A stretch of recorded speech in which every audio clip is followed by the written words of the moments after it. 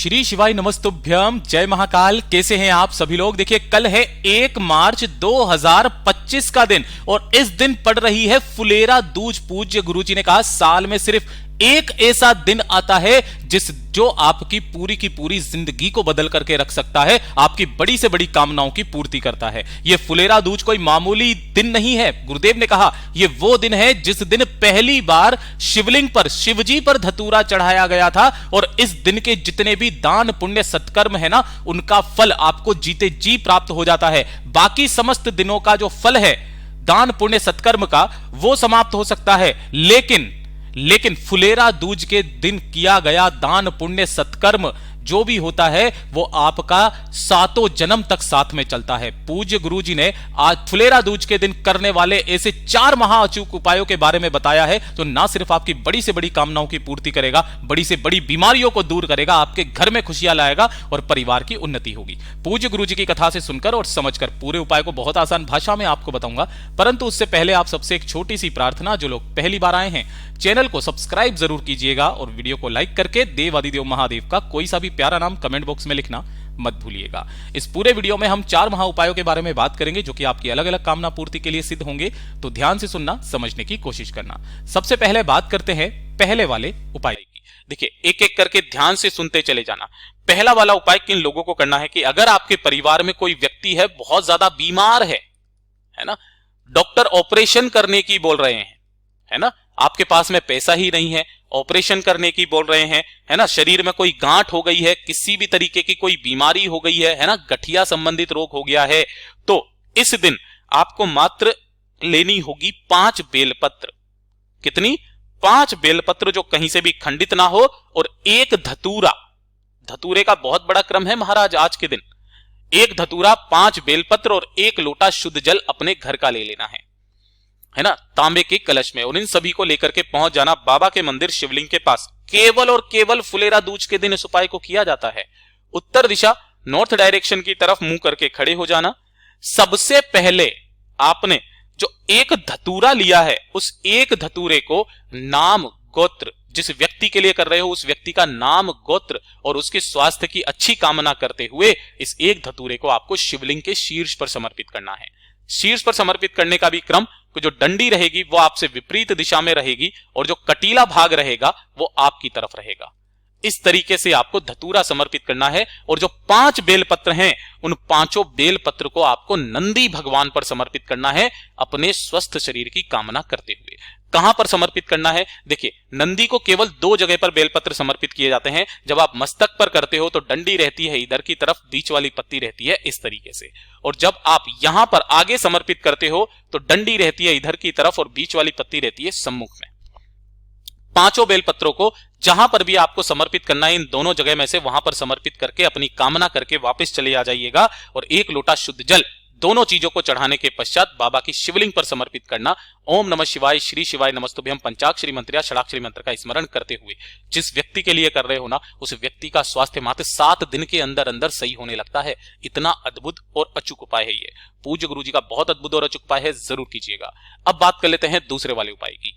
ये जो दूसरा वाला उपाय है ना, किन लोगों को करना है? देखिए, अगर आपके परिवार में किसी भी व्यक्ति को श्वास से संबंधित रोग हो, श्वास से संबंधित, जैसे कि दमे की बीमारी हो, है ना, सांस फूलती हो, घबराहट बहुत ज्यादा आ जाती हो, थोड़ा सा चले क्या, थोड़ा सा दौड़े क्या, एकदम सांस फूलने लगती हो, है ना, इस तरीके की अगर कोई बड़ी भारी बीमारी है, थकान बहुत जल्दी हो जाती है, कमजोरी शरीर में बहुत ज्यादा है, सब कुछ खा पी रहे हैं लेकिन फिर भी शरीर कमजोर होता चला जा रहा है, और साथ ही साथ सबसे बड़ा अद्भुत है कि अगर किसी को मिर्गी के दौरे पड़ते हैं तो उसके लिए सबसे अद्भुत और अचूक उपाय है ये, आज के दिन किया जाता है, सिर्फ और सिर्फ फुलेरा दूज के दिन। आपको क्या करना है? आपको लेना है धतूरा, लेकिन पूरा धतूरा इस तरीके से नहीं चाहिए, आपको चाहिए होगी धतूरे की जड़। जहां पर भी मिले आपको एक धतूरे की जड़ ले लेनी है ना। इस जड़ का एक हिस्सा आपको अलग से रखना है, ठीक है, और जो थोड़ी सी जड़ हो ना उसको आपको घिस करके, इस तरीके से घिस करके और उसका चंदन बना लेना है। यानी कि एक जड़ का छोटा सा टुकड़ा आपको अलग रखना है और थोड़ी सी जड़ को आपको घिस करके इस तरीके से चंदन बना लेना है, और 1 लोटा शुद्ध जल लेकर के पहुंच जाना है बाबा के मंदिर शिवलिंग के पास। फुलेरा दूज के दिन किसी भी समय चले जाना, किसी भी समय। उत्तर दिशा नॉर्थ डायरेक्शन की तरफ मुंह करके खड़े हो जाना। जो पूजा अर्चना आपको करनी है पहले वो पूजा अर्चना कर लेना। जैसे आप हमेशा करते आए हो वैसे आप वो पूजा अर्चना कर लेना। करने के पश्चात आपने जो चंदन बनाया है धतूरे की जड़ का, उस धतूरे की जड़ का चंदन आपको शिवलिंग पर अच्छे से लगा देना है ना। इस तरीके से आपको पूरा का पूरा चंदन शिवलिंग पर उससे अभिषेक करना है।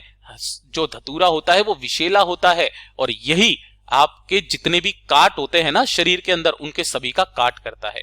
इस तरीके से चढ़ाना और 1 लोटा शुद्ध जल बाबा की शिवलिंग पर समर्पित करना। ओम नमः शिवाय, श्री शिवाय नमस्तुभ्यम पंचाक्षरी मंत्र या षडाक्षरी मंत्र का स्मरण करते हुए जब ये जल समर्पित कर देंगे, ये धतूरे की जड़ का चंदन यहां से बहता बहता नीचे की तरफ गिर जाएगा। उसके पश्चात जो आपने एक जड़ ली है उस व्यक्ति का नाम और गोत्र बोल करके बाबा की शिवलिंग पर यहां पर समर्पित कर देना। उस जड़ को समर्पित कर देने के पश्चात यहां पर फिर से वापिस 1 लोटा शुद्ध जल इसी वाली जड़ के ऊपर समर्पित करना है।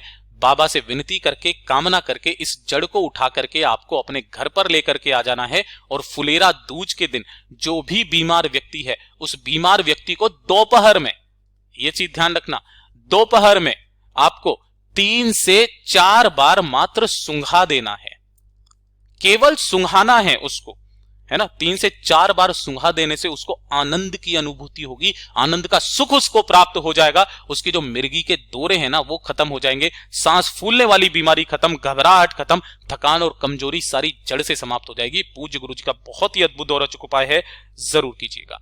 अब बात कर लेते हैं तीसरे वाले उपाय की। यह तीसरा वाला उपाय किस तरीके की समस्याओं को दूर करता है वो ध्यान से सुनिएगा कि अगर आपके पूरे परिवार में किसी को भी चमड़ी से संबंधित कोई रोग है, जैसे चर्म रोग जिसमें आ जाते हैं दाद, खाज, खुजली या फिर काले चकत्ते पड़ गए हो, काले घेरे हो गए हो, तो ये वाला उपाय किया जाता है। कौन सा वाला? चर्म रोग के लिए, दाग के लिए, खाज के लिए। दाद, खाज, खुजली जितने भी होते हैं ना, चमड़ी से संबंधित सारे रोग खत्म हो जाते हैं। आपको लेना होगा मात्र 1 धतूरा, ठीक है, सिर्फ 1 धतूरा आपको लेना है। इसके बाद में आपको लेना होगा थोड़ा सा चंदन। अब पूज्य गुरुजी ने ये तो नहीं बताया चंदन कौन सा लेना है, लाल मिल जाए लाल ले लो, पीला मिल जाए पीला ले लो, सफेद मिल जाए सफेद ले लो, ठीक है। और 1 लोटा शुद्ध जल अपने घर का ले लेना तांबे के कलश में। इसी के अंदर आपको 1 धतूरा डाल देना है जो आपने लिया है, और थोड़ा सा चंदन अपनी कामना कह करके इसी के अंदर डाल देना। डाल दिया।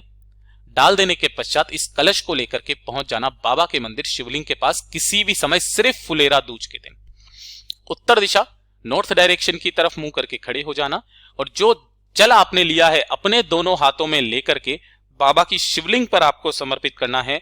ओम नमः शिवाय, श्री शिवाय नमस्तुभ्यम पंचाक्षरी मंत्र या षडाक्षरी मंत्र का स्मरण करते हुए या रुद्र मंत्र का स्मरण करते हुए। किसी महादेव जी का स्मरण नहीं करना, केवल आपको मंत्र का स्मरण करना है। जो भी जल बहता बहता जलाधारी से नीचे की तरफ आकर के गिरेगा ना, इसी जल को आपको इसी कलश के अंदर रोकना है, और रोक करके बाबा से निवेदन करके इस जल को लेकर के आपको अपने घर पर आना है।